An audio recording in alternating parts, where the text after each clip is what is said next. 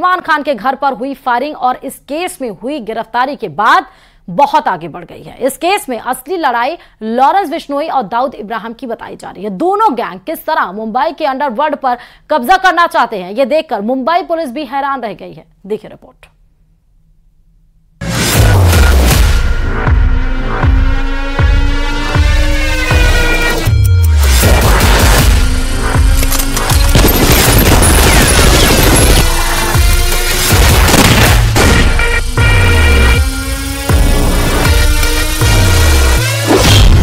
क्या मुंबई में फिर लौटेगी गैंग वार?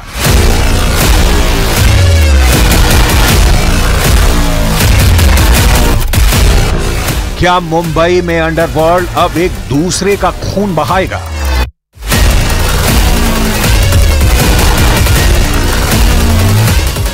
जब से सलमान खान के घर पर हमला हुआ, मोटरसाइकिल से 2 शूटर आए, 5 से 6 राउंड गोलियां चली और फिर दोनों हमलावर गिरफ्तार हुए। मुंबई की आबोहवा में एक अलग सी बेचैनी छा गई है। दोनों शूटर कौन है, कहां से आए, कैसे साजिश रची, पीछे कौन है? उससे पहले समझ लीजिए कि सलमान खान के घर पर हमला करके मुंबई को हिलाने की कोशिश हुई है। दोनों शूटर जिस गैंग से जुड़े हैं वो मुंबई की फिल्म इंडस्ट्री पर फिरौती वाला कब्जा करना चाहता है। एक का नाम विक्की गुप्ता, दूसरे का नाम सागर पाल। दोनों बिहार के चंपारण के रहने वाले हैं, लेकिन दोनों का कनेक्शन लॉरेंस बिश्नोई गैंग से है। दोनों शूटर्स को गुजरात से गिरफ्तार किया गया है। दोनों को 10 दिन की पुलिस रिमांड पर भेज दिया गया है। अब मामला मुंबई पुलिस की क्राइम ब्रांच के पास है। लॉरेंस बिश्नोई गैंग ने हमला क्यों करवाया? सलमान पर अटैक करके लॉरेंस बिश्नोई क्या हासिल करना चाहता है? मुंबई का पुलिस डिपार्टमेंट ही नहीं, देश की खुफिया एजेंसियां भी इस हमले पर नजर रखे हुए हैं। मुंबई पुलिस ने शूटर विक्की गुप्ता और सागर पाल की गिरफ्तारी के लिए 12 टीम बनाई और 24 घंटे के अंदर ये केस क्रैक कर दिया। लॉरेंस बिश्नोई के दोनों शूटर अब सलाखों के पीछे हैं, लेकिन इस केस ने अब मुंबई में नई लड़ाई शुरू कर दी है, क्योंकि अब इस केस में लॉरेंस बिश्नोई के साथ साथ कराची में बैठे अंडरवर्ल्ड डॉन दाऊद इब्राहिम का भी जिक्र हो रहा है। सवाल यह है कि क्या मुंबई में अब दाऊद वर्सेस लॉरेंस गैंग की लड़ाई शुरू हो गई है? क्या दाऊद और लॉरेंस की टक्कर में बॉलीवुड के स्टार टारगेट बनाए जा रहे हैं? और इसकी पूरी जड़ तक ये केस जानी चाहिए और जो भी इसमें शामिल है उसको बिल्कुल उसके ऊपर कड़ी कार्रवाई होगी। क्राइम का वही स्टाइल, दहशत फैलाने का वही तौर तरीका, जिस तरह दाऊद ने कभी पूर्वांचल के शूटरों की मदद से अपना अंडरवर्ल्ड साम्राज्य तैयार किया था, अब उसी राह पर लॉरेंस बिश्नोई कदम बढ़ा रहा है। विक्की गुप्ता और सागर पाल की क्राइम हिस्ट्री पता की जा रही है। कई राज्यों की पुलिस से बात हो रही है। टेक्निकल और ह्यूमन इंटेलिजेंस के आधार पे हमको ऐसा पता चला कि ये जो दोनों आरोपी हैं बाइक वाले, ये गुजरात भुज के आसपास कहीं हो सकते हैं। आशापुरा माता मंदिर है, रवा पार से 10 किलोमीटर पर माथानू मठ नाम का एक वहां पर मंदिर है, वहां पर ये दोनों आरोपी हमको मिले हैं। लॉरेंस बिश्नोई गैंग में विक्की गुप्ता और सागर पाल जैसे शूटर सैकड़ों की तादाद में हैं। लॉरेंस बिश्नोई गैंग का कच्चा चिट्ठा भी देख लीजिए। सभी चेहरे, कुछ जेल के अंदर है, कुछ फरार है, कुछ जेल से बाहर है। सैकड़ों शूटर की मदद से हरियाणा, पंजाब और राजस्थान में गैंग चलाने वाला लॉरेंस बिश्नोई आज भी जेल से अपना गैंग कंट्रोल कर रहा है। वो अब दाऊद को कॉपी कर रहा है। 70 और 80 का दशक, जब मुंबई का अंडरवर्ल्ड खूब फला फूला। 90 के दशक में दाऊद क्राइम की दुनिया का लीडर बन गया। खाड़ी और पाकिस्तान में बैठकर वो मुंबई में अपना गैंग चलाता रहा। लेकिन पिछले 20 वर्षों में दाऊद का गैंग कमजोर हुआ है और अब इसी वैक्यूम या कहें कि खालीपन को भरने के लिए लॉरेंस बिश्नोई जैसे गैंग सिर उठा रहे हैं। मुंबई की फिल्म इंडस्ट्री खतरा पहचानती है, लेकिन सलमान पर हमले के बाद एक सुई पटक सन्नाटा सा छा गया है। हालांकि सलमान खान के घर के बाहर हुई फायरिंग के मामले में राखी सावंत का वीडियो सामने आया है। मत करो ना, मेरे भाई के साथ मत करो ना प्लीज, मैं हाथ जोड़ती हूँ, आप लोगों की मिन्नतें करती हूँ प्लीज। वो लेजेंड है, उन्होंने बहुत सारे लोगों को घर बचाया है, सलमान भाई ने। अनमोल बिश्नोई हो या फिर लॉरेंस बिश्नोई, ऐसे गैंग्स की टक्कर डी कंपनी जैसे गिरोह से ही है। विदेश में बैठे इन गैंगस्टर्स को लगता है कि मुंबई उनके लिए कमाई का एक बड़ा जरिया है। क्राइम की खेती से वो यहाँ करोड़ों अरबों कमा सकते हैं। इसलिए सलमान खान के घर पर चली गोलियों से एक बात तो तय है कि लड़ाई बड़े बड़े गैंगस्टर के बीच होने का खतरा भी बढ़ गया है। आने वाले दिनों में मुंबई को लेकर गैंग वॉर का डर है, क्योंकि डी कंपनी इतनी आसानी से मुंबई पर अपना कब्जा छोड़ने वाली नहीं।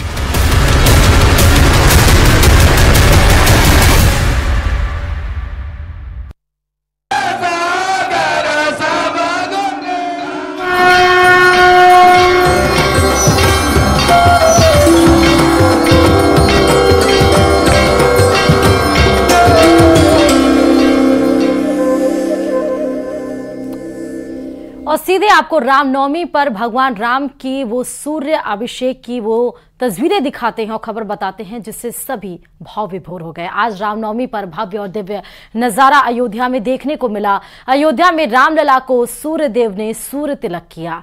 4 मिनट तक सूर्यदेव ने रामलला को तिलक किया और इस दौरान भव्य और दिव्य नजारा था। जय श्री राम के जयकारे हर ओर गूंज रहे थे। भव्य मंदिर में रामलला की पहली रामनवमी है, सूर्यदेव ने भी रामलला को सूर्य तिलक किया। उस वक्त का नजारा त्रेता युग वाला था। अयोध्या में देश भर से लोग रामलला के दर्शन के लिए पहुंचे हैं। रामनवमी को लेकर अयोध्या में सुरक्षा सख्त है।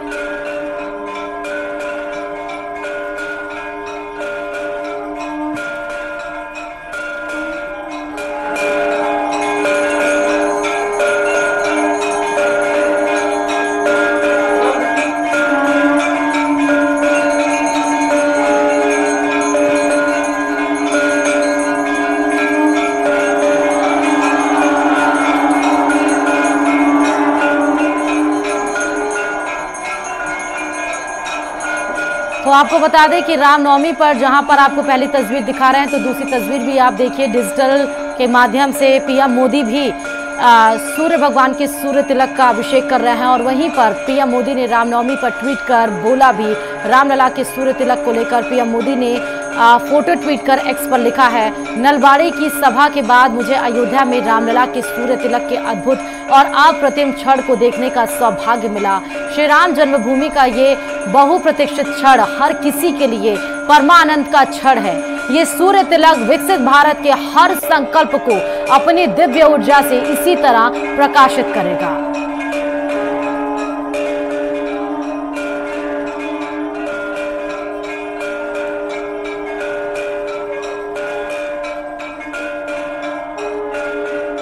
तो तकनीक के जरिए देखिए कि जिस तरह रामलला के ललाट पर सूर्य की किरणें जैसे ही पहुंची, 4 मिनट तक 12:01 पर सूर्य की किरणें सीधे भगवान रामलला के ललाट को छुई और 4 मिनट तक सूर्य तिलक हुआ, सूर्याभिषेक हुआ। और आज अपने गर्भगृह में 500 सालों के बाद जब 22 जनवरी को भगवान रामलला सामने रूप में बाल स्वरूप में विराजमान हुए, तो आज अपने गर्भगृह में अपनी जन्म उत्सव को मना रहे हैं। राम को सूर्य तिलक हो रहा है, तब हमारे मोबाइल फोन से भी प्रभु राम को हम प्रणाम कर रहे हैं। हम भी सूर्य तिलक में हमारे मोबाइल की किरण भेज रहे हैं। मेरे साथ बोलिए, जय श्री राम, जय श्री राम, जय जय श्री राम, जय जय श्री राम, जय जय श्री राम। राम लक्ष्मण जानकी जय बोलो हनुमान की। राम लक्ष्मण जानकी, राम लक्ष्मण जानकी, राम लक्ष्मण जानकी, राम लक्ष्मण जानकी, राम लक्ष्मण जानकी, जय। असम से प्रधानमंत्री नरेंद्र मोदी को देख रहे थे, जहां पर बीजेपी प्रत्याशी के पक्ष में जनसभा को संबोधित भी कर रहे थे और रामनवमी के पक्ष में रामलला के बारे में भी उन्होंने बोला। अब खबर चूरू के सरदार शहर से बताते चले। मुख्यमंत्री भजनलाल शर्मा पहुंचे हैं सरदार शहर। रामनवमी शोभा यात्रा में मुख्यमंत्री भजनलाल शर्मा शामिल होंगे। हेलीपैड पर मुख्यमंत्री का भाजपा प्रत्याशी देवेंद्र झाझड़िया और सभापति राजकरण चौधरी के नेतृत्व में भव्य तरीके से स्वागत हुआ। मुख्यमंत्री भजनलाल शर्मा गांधी चौक में रामनवमी शोभा यात्रा पर पुष्प वर्षा कर शोभा यात्रा में शामिल होंगे। आज जय श्री राम के नारों से गूंज रहा है सरदार शहर। शोभा यात्रा को लेकर चप्पे चप्पे पर पुलिस की पहली नजर। और छत्तीसगढ़ के कांकेर में नक्सलियों के खिलाफ सुरक्षा बल का अब तक का सबसे बड़ा ऑपरेशन रहा। सुरक्षा बल ने मुठभेड़ में 25-25 लाख के इनामी कमांडर शंकर राव, ललिता माड़वी और रामदेव समेत 29 नक्सली ढेर कर दिए हैं। इस गोलीबारी में 3 सुरक्षा बल के जवान भी हमारे घायल हो गए। वहीं नक्सलियों से AK-47 समेत भारी मात्रा में हथियार भी बरामद किए गए हैं। देखिए रिपोर्ट।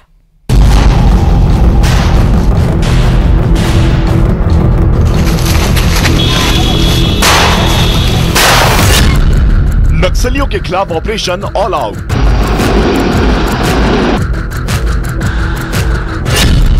छत्तीसगढ़ के कांकेर में 29 नक्सली ढेर, AK-47 समेत कई खतरनाक हथियार बरामद। छत्तीसगढ़ के कांकेर में नक्सलियों के खिलाफ जारी ऑपरेशन ऑल आउट के तहत सुरक्षा बल ने कई बड़े नक्सली कमांडर समेत 29 नक्सलियों को मार गिराया। उनमें शंकर राव, ललिता मांडवी और रामदेव नाम के खूंखार नक्सली कमांडर के भी ढेर होने की खबर है, जिनमें से शंकर राव और ललिता पर 25-25 लाख का इनाम था। दूसरी तरफ रामदेव नक्सलियों की मिलिट्री कमीशन का टेक्निकल हेड था। इसके अलावा उसे किसी भी तरह के खतरनाक हथियार बनाने में महारत हासिल थी। वहीं मुठभेड़ वाली जगह से सुरक्षा बल ने 7 AK-47 राइफल समेत कई खतरनाक अत्याधुनिक हथियार भी बरामद किए। लगातार आसूचना प्राप्त हो रही थी कि लोकसभा से पहले TCOC के दौरान नक्सलियों द्वारा बड़ी घटना को अंजाम देने की प्लानिंग चल रही है और इनकी बहुत बड़े लीडर्स भी इकट्ठा हो रहे हैं माड़ में और इनकी एक्शन टीम्स भी सक्रिय हैं। और लोकसभा चुनाव जो 19 को नारायणपुर में और 26 को कांकेर में होना है, इसके पहले एक बड़ी घटना करने की प्लानिंग चल रही है। इस तरह की आसूचना प्राप्त हुई, जिस पर कल शाम को ऑपरेशन प्लान किया गया है और आज दोपहर में फायरिंग हुआ है और लगभग 4 घंटे तक ये फायरिंग चली है। जानकारी के मुताबिक सुरक्षा बल और नक्सलियों के बीच ये मुठभेड़ कांकेर के अबुझमाड़ के जंगल में हुई। अबुझमाड़ जंगल को नक्सलियों का गढ़ माना जाता है। सुरक्षा बल को जंगल में करीब 60 नक्सलियों के छिपे होने की खबर मिली थी। इसकी जानकारी मिलने के बाद सुरक्षा बल ने नक्सलियों के खिलाफ बड़ा ऑपरेशन शुरू किया और नक्सलियों को चारों तरफ से घेर लिया। फिर मुठभेड़ के दौरान कई नक्सलियों को मार गिराया। नारकोटिक सीजर का UT लेवल एक ड्रग डिस्पोजल कमेटी होती है, जिसमें सीनियर अफसर जो चाहे मेडिकल हेल्थ डिपार्टमेंट के हों, पुलिस डिपार्टमेंट के हों, सब लोग मिल के इनको इंसिनरेटर में आज ये जलाया जा रहा है। तो ड्रग डिस्पोजल भी करना ड्रग के खिलाफ लड़ाई में एक बहुत महत्वपूर्ण कदम है और ख़ास तौर पे ये 19 तारीख को जो चुनाव हो रहे हैं उसके मद्देनज़र इतनी बड़ी ड्रग जलाने की कार्रवाई की गई है और इस कार्रवाई को हम लोग आगे भी जारी रखेंगे, क्योंकि यहाँ पे नारकोटिक्स कंट्रोल ब्यूरो ने भी काफ़ी मात्रा में ड्रग बरामद किया था 3-4 साल पहले। वहीं नक्सलियों के खिलाफ मिली इस कामयाबी को छत्तीसगढ़ के CM विष्णुदेव साई ने बड़ी जीत बताया, साथ ही सुरक्षा बल को बधाई दी। इस बार भी वे बड़ी वारदात को कोशिश में थे, जिससे सीमा सुरक्षा बल और पुलिस ने नाकाम कर दिया है। हमारी सरकार माओवादी आतंकवाद से प्रभावित क्षेत्र में नियत नेलानार योजना के माध्यम से विकास सुनिश्चित किए हैं। ये अपनी जब अभी सरकार बनी है तब ये नियत नेलानार मतलब आपका अच्छा गांव, नियत नेलानार ये गोंडी भाषा में है और हिंदी अनुवाद उसका आपका अच्छा गांव है। और इस योजना के माध्यम से हम लोग सरकार की सारी सुविधाओं को उस संवेदनशील एरिया में, गांव में के घर तक पहुंचाना चाहते हैं। नक्सलियों से मुठभेड़ में BSF इंस्पेक्टर समेत 3 जवान घायल हो गए। इनमें 2 DRG के जवान बताए जा रहे हैं। घायल जवानों को हेलीकॉप्टर से अस्पताल शिफ्ट किया गया। जहां उनका इलाज जारी है। हालांकि कांकेर के जंगलों में और भी नक्सलियों के छिपे होने की खबर है, जिसके चलते सुरक्षा बल का नक्सलियों के खिलाफ अब तक का सबसे बड़ा ऑपरेशन जारी है।